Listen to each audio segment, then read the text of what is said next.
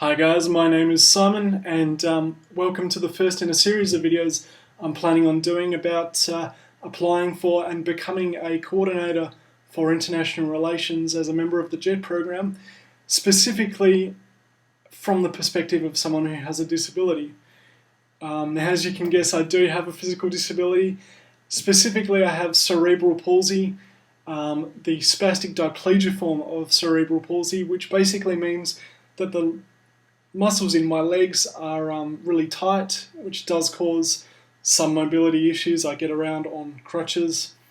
On top of that, it does have other effects, like it affects my fine motor skills, and it also affects my hands to a certain extent as well.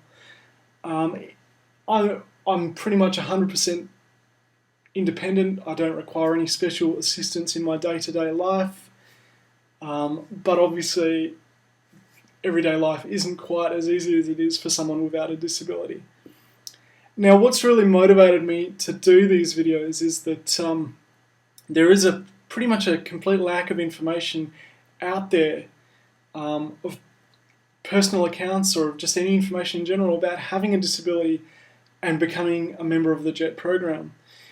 I've been planning on becoming a CIR for many years now, and throughout that time, I sort of looked for information about becoming a CIR as someone with a disability, or even becoming an assistant language teacher, an ALT, as somebody with a disability.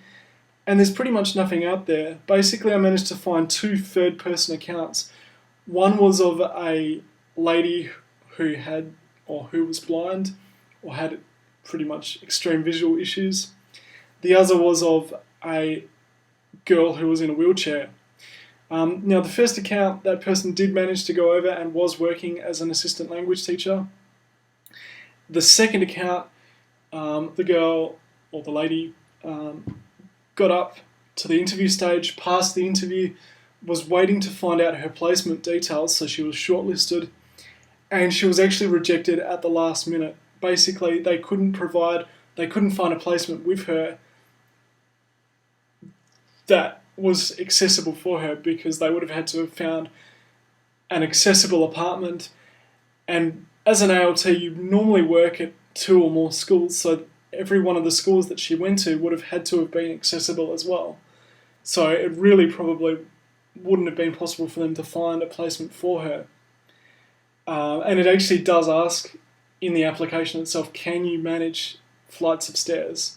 Because as everyone knows, Japanese high schools and Japanese junior high schools are all 3 or more levels, and generally they don't tend to have elevators or anything like that.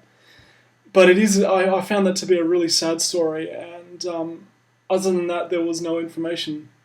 Up until a couple of weeks ago, I didn't actually know if there was anyone currently on the JET program that has a physical disability. Now, common sense told me that there would be, but there was just no information out there at all.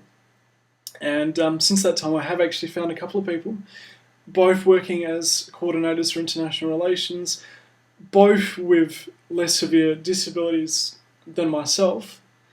But hey, at least I'm not alone out there. Now, to provide more information about myself, as opposed to just about my disability, as I said, my name is Simon, I'm 27 years old. I've had a fairly long history in terms of being interested in Japan. I was first interested in Japan as sort of a young teenager, 12, 13, that kind of age. I studied university. I studied Japanese at high school for a few years. Didn't really get anywhere with it, although that's sort of a common story, I think. I worked in IT for a couple of years after high school. Sort of decided that I'd been doing IT stuff all my life. I hadn't really experienced the world. I was just constantly hanging out with IT people. So I decided to go back to university, study something. I didn't really know what to study, but I was still interested in Japan. And I've always had a bit of a knack for language. So I decided that I'd sort of use those natural skills that I had. And I ended up doing an Asian Studies major that specialised in Japanese language. So it was a 4-year major. I went to Japan for the first time just for a short trip in 2005, again in 2007. In 2008, I went to Japan on exchange for a year. I went to Kansai Garai University, which is in Hirokarashi in Osaka-fu. And during that time, I was completely independent. I didn't really have any special arrangements or anything like that. The only sort of extra that I had was a recumbent tricycle that I brought over by myself, and the university provided me with a little bit of money to get that bike sent over. But other than that, I didn't require any sort of special assistance or anything like that, and I lived over there normally. Since I came back from Kansai Garai, that was actually the final Japanese language course as part of my major. So I then went on to study in my own time. I studied for and passed the JLPT2. I took the exam in 2010, got the results in 2011. Then 2011, I started studying for JLPT1, took the exam the end of 2011, which was also when I graduated university, and I passed that exam in 2012. Found out that I passed it in 2012, and then 2011, the end of 2011, was actually also the first time that I applied for the JET program as a CIR. So it was actually quite a long-term goal for me. Originally, one of my motivations for going into university was to go over to Japan as a assistant language teacher. But when I found out that I was doing well at Japanese and that I was enjoying it, I decided that I wanted to push myself harder, and I aimed to become a CIR. As I said, I applied for the first time in 2011. Didn't actually get up to the interview stage, which was really disappointing. I thought with JLPT2 I would be able to. So 2012 I sort of spent as a personal development year. I kept working on my, even though I already had JLPT1, but I kept working on my Japanese in my own time. I also started to undertake private tutoring, and I managed to find a really good tutor. She's amazing. She used to work for the HR department. She was for a large Japanese company, a well-known large Japanese company. And she was also involved in hiring and interviewing as well. So she's provided me with a good idea of those sort of processes in Japan. And obviously her keigo, her polite business Japanese, is really top-notch. So she's really given me a good grounding for working in a business environment in Japan. On top of that, I was doing temp work, only temp work because I just wanted to get a little bit of extra money to save up for the JET program, and also I wanted to have time to work, to do my own study. So I was working in a call centre, and it was a pretty stressful environment, and it was really boring. But it ended up being a really good experience for me because, as I said, it was really high pressure, and during work hours you walked away and there was nothing, you didn't have to worry about anything.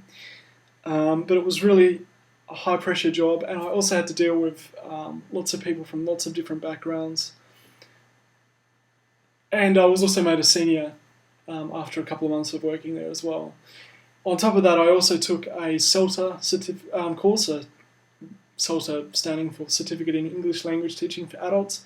So essentially I spent sort of 2011, 2012 just sort of rounding myself out a little bit to become a better candidate for the JET program. Now, that's basically where I'm at now. I applied again in 2012, got my interview, or did my interview in February 2013, and then I found out that I passed in, I think it was April 26, 2013, and then I found out that I was being placed in Hyogo Prefecture just a couple of weeks ago. So basically that's where I'm at now, and I sort of decided I didn't want to do these videos up until I definitely had placement, just in case I turned out like the story I just told you about the girl who was in a wheelchair and didn't actually get placement. So luckily for me it hasn't worked out that way. But again, I don't require any sort of special arrangements or anything like that, so placement was probably quite a bit easier for me. And also working in a city hall as opposed to a high school or a junior high school, they're a lot more accessible, so there's that as well.